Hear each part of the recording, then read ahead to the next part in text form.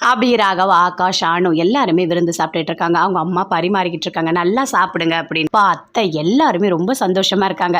நல்லா சாப்பிட்டெல்லாம் முடிச்சிட்டாங்க. முடிச்சிட்ட உடனே அவங்க அப்பா சொல்றாரு, இங்கே பாருமா இந்தா அப்படின்னு கொடுக்குறாரு. என்னதுப்பா இது அப்படின்னு சொல்லிட்டு அபி கேட்குறாங்க. மருதாணி, நீ வந்துட்டு உங்கள் வீட்டுக்கார கையில் வச்சு விடு அப்படின்னு சொல்லிட்டு அனு கையிலையும் கொடுக்குறாங்க, அபி கையிலையும் கொடுக்குறாங்க. ரெண்டு பேருமே பார்க்குறாங்க அப்படியே. அப்போ அவங்க அத்தை சொல்கிறாங்க, இங்கே பாருங்க, இப்போ நீங்கள் வந்துட்டு எங்கள் கண்ணு எதிர்க்க வைங்க பார்க்கணும் அப்படின்னு சொல்கிறாங்க. அப்படியே பார்க்குறாங்க. அபி பார்த்துக்கிட்டே அவரோட கையை நீட்டி அப்படியே வைக்கிறாங்க. அதில் அவங்களோட இனிஷியலை எழுதுறாங்க. அப்படியே பார்க்குறாரு ராகவ். என்ன பார்க்குறீங்க? என் இனிஷியல் எழுதுனாதான் என் மேலே உங்களுக்கு பாசமாக இருக்கே, நாம் ரெண்டு பேரும் ரொம்ப சந்தோஷமாக இருக்கோம்னு நினச்சிட்டு எங்கள் அம்மா அப்பா சந்தோஷப்படுவாங்க, அதனால தான் எழுதினேன் அப்படின்னு அபி பொறுமையாக சொல்கிறாங்க. ராகவ் அப்படியே பார்க்குறாரு. இங்கே பாருங்கள், நல்லா வச்சிட்டிங்களா? சூப்பராக இருக்குது மருதாணி. நீங்கள் போயிட்டு படுத்து தூக்கிட்டு காலையில் எனக்கு காட்டணும், யாரு கை அதிகமாக சிவந்திருக்குன்னு நான் பார்ப்பேன் அப்படின்னு அபியோட அம்மா அப்பா அத்தை எல்லாருமே சொல்கிறாங்க. அதே மாதிரி போயிட்டு ரெண்டு பேருமே படுக்கிறாங்க. படுக்கும் போதுட்டு நல்லா தூங்கிட்டே இருக்காரு ராகவ். அப்படியே பார்க்குறாங்க அபி. என்ன நல்லா தூங்கிட்டு இருக்கீங்களா? எவ்வளோ தைரியம் இருந்தால் நல்லா தூங்குவீங்க. உங்கள் வீட்டுக்கு நான் வரும்போது என்னை தூங்க விடாமல் ஏசியை அதிகமாக வச்சு எப்படிலாம் என்னை டார்ச்சர் பண்ணீங்க. நான் பண்ணுறேன் பார். ஆனால் எங்கள் வீட்டு ஃபேனை பற்றி எனக்கு மட்டும்தான் தெரியும் அப்படின்னு சுவிட்ச் ஆஃப் பண்ணிட்டாங்க. கொஞ்சம் நேரம் கழிச்சு அப்படியே ராகவ் எழுந்துக்கிறாரு. எழுந்து பார்க்குறாரு, என்ன ஃபேன் கூட ஓடலை அப்படின்னு சொல்லிட்டு போய் சுவிட்ச் போடுறாரு. அப்பயும் ஃபேன் ஓடவே இல்லை. என்ன இது, கரண்ட் போயிடுச்சா என்ன அப்படின்னு பார்க்குறாரு. இல்லையே, கரண்ட் இருக்கே, லைட்டெல்லாம் எரியுதே அப்படின்னு சொல்லிட்டு அப்படியே பார்க்குறாரு. அப்படியே இது எல்லாமே பார்த்துட்ருக்காங்க. முழிச்சிட்டு தான் இருக்காங்க. அப்படியே பார்க்குறாங்க. அவர் ராகவ் பண்ணுற எல்லாத்தையுமே பார்க்குறாரு. ஐயோ என்ன பண்ணுறது, சுத்தமாக தூக்கமே வரலையே அப்படின்னு சொல்லிட்டு. அபி, இங்கே பாரு, உங்கள் ஃபேன் ஓடவே மாட்டேது, கரண்ட் இருக்குது அப்படின்னு சொல்கிறாரு. அதுவா, அந்த ஃபேன் எப்படி ஓடுன்னு எனக்கு தானே தெரியும், உங்களுக்கு எப்படி தெரியும்? அதுவா, எனக்கு தெரியல அப்படின்னு சொல்கிறாங்க. ஐயோ தூங்கவே முடியலையே அப்படின்னு சொல்லிட்டு பயங்கரமாக கஷ்டப்பட்டுட்டே இருக்காரு. அப்படியே பார்க்குறாங்க அபி. பாவம்னு சொல்லிட்டு, எங்கள் ஃபேன் எப்படி சுற்றணும் எனக்கு தான் தெரியும் அப்படின்னு சொல்லிட்டு போயிட்டு ஒரு கொம்பு எடுத்துகிட்டு வந்து அப்படி சுற்றி விடுறாங்க. அப்புறம் ஃபேன் சுற்றுது. அதுக்கப்புறம் தூங்குறாரு. ஐயோ கடவுளே அப்படின்னு சொல்லிட்டு அபி யோசிக்கிறாங்க தூங்கும் போது. ஆமாம், இவர் கையில் மருதாணி வேற வைக்கணும். ஐயோ, அம்மா அப்பாக்காக தான் நான் இதெல்லாம் பண்ணேன். இது வேற நல்லா செவக்குமா? கண்டிப்பாக செவக்கவே செவக்காது. இவர் எனக்கு சுத்தமாக பிடிக்காது. இவர் ஒரு ஜெயிலர் மாதிரி இருக்கார். இவருக்கு வேற மருதாணி வைக்கணுமா அப்படின்னு சொல்லிட்டு அப்படியே யோசிச்சுட்டே படுத்துட்ருக்காங்க. இன்னொரு பக்கம் அனு போகிறாங்க. அனுவும் போயிட்டு படுத்துட்ருக்காங்க. ஆகாஷம் பார்க்குறாரு. இங்கே பாரு அனு, என் மேலே உனக்கு ரொம்ப பாசம் இல்லை, என்னை நீ லவ் பண்ணி எவ்வளோ அதுவாக கல்யாணம் பண்ண பாத்தியா? கண்டிப்பாக என்னோட கை சூப்பராக நாளைக்கு சவுக்க போகுது, எனக்கு தெரியும் அப்படின்னு சொல்லிட்டு ஆகாஷ் சொல்கிறாரு.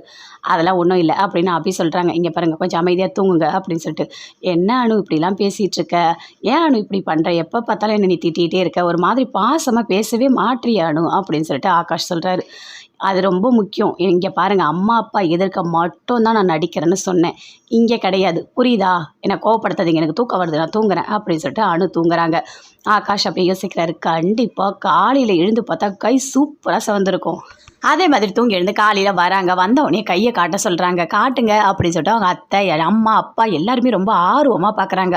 பார்த்தா ராகவ் கை அவ்வளோ சூப்பராக சிவந்திருக்கு. என்ன மாப்பிள்ளை, சூப்பராக சிவந்திருக்கு, உங்களுக்கு அவ்வளோ பாசமா அப்படின்னு சொல்லிட்டு கேட்குறாங்க. அப்படியே பார்க்குறாரு. ஆமாம், பாசம் வேற. ஏற்கனவே எங்கள் அக்கா வாழ்க்கையை அடிக்கிறதுக்காக வந்திருக்கா. நானே ஒரு 8 மாதம் தான் இவ கூட வாழணும்னு நினச்சிருக்கேன். இவ மேலே எனக்கு பாசம் வேற வரப்போதா? நடிப்பு அத்தனையுமே இவன் நடிக்கிறா அப்படின்னு சொல்லிட்டு ராகவ் மனசுக்குள்ளேயே நினைக்கிறாரு. ஆமாம் அப்படின்னு சொல்லிட்டு இருக்காரு ராகவ். அபியை பார்க்குறாங்க. என்ன அபி, ரொம்ப பாசம் போல இருக்கு உங்கள் வீட்டுக்காரர் மேலே, என்னம்மா கை சூப்பராக சிவந்திருக்கு, நீங்கள் ரெண்டு பேருமே எப்போவுமே சந்தோஷமாக இருக்கணும் அப்படின்னு சொல்லிட்டு அவங்க அத்தை எல்லாருமே ரொம்ப சந்தோஷமாக சிரிச்சிட்ருக்காங்க. சரி ஆகாஷ், நீங்கள் கையை காட்டுங்க அப்படின்னு சொல்கிறாங்க. ஆகாஷம் கையை காட்டுறாரு. பார்த்தா சூப்பராக சிவந்திருக்கு, ரொம்ப அழகாக இருக்குது, சூப்பர், நல்லா இருக்கே அப்படின்னு சொல்லிட்டு எல்லாருமே சொல்லிகிட்ருக்காங்க. அப்போ அழனும் உனக்கும் பாசம்தானா அப்படின்னு சொல்லிட்டு எல்லாருமே எதுவுமே பேசவே இல்லை, அமைதியாக சிரிக்கிறாங்க. சரி ரெண்டு பேரும் சந்தோஷமாக இருந்தால் போதும். மருதாணின்றது எவ்வளோ முக்கியம் தெரியுமா? அது சிவந்தா ஒருத்தவங்க எவ்வளோ பாசம் வச்சுருக்காங்கன்றது எல்லாமே அதில் தெரிஞ்சிடும் அப்படின்னு சொல்லிட்டு இருக்காங்க.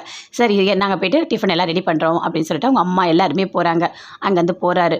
போயிட்டு அவர் ப்ரஷ் பண்ணிகிட்டு இருக்காரு. பின்னாடி அப்படியே அபி போகிறாங்க. என்ன மருதாணி ரொம்ப சிவந்திருக்கு? ஆமாம், அவங்க மேலே எனக்கு பாசமே இல்லை, எப்படி சிவந்தது அப்படின்னு சொல்லிட்டு கேட்குறாங்க.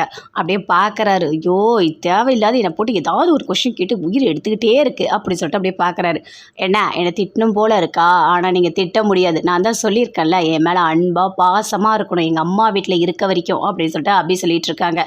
சரி, சீக்கிரம் வாங்க கூப்பிடுறாங்க அப்படின்னு சொல்லிட்டு அங்கே வந்து அபி போகிறாங்க. அப்படியே பார்க்குறாரு. ஐயோ, எப்போ வீட்டுக்கு போகணே தெரியலையே, சீக்கிரமாக வீட்டுக்கு போகணும் அப்படின்னு சொல்லிட்டு அப்படியே மனசுக்குள்ளே பயங்கர கோவமாக இருக்காரு. அனு அப்படியே போகிறாங்க. ஆமாம், இந்த ஜெயிலர்கிட்ட வந்து நான் வேற மாட்டிக்கிட்டேன். எப்போ பார்த்தாலும் ஏதாவது ஒன்று அப்படியே மூஞ்ச காமிச்சிட்டே இருக்காரு. இவரை பற்றி நமக்கு தான் தெரியும். நல்ல வேளை அம்மா அப்பாவுக்கு எதுவுமே தெரியாது. இவர் நல்லவர் நினச்சிட்டு இருக்காங்க. 8 மாதம் அதுக்கப்புறம் நான் நல்லா சந்தோஷமாக இருப்பேன் அப்படின்னு சொல்லிட்டு அபி மனசுக்குள்ளேயே நினச்சிட்டு போகிறாங்க.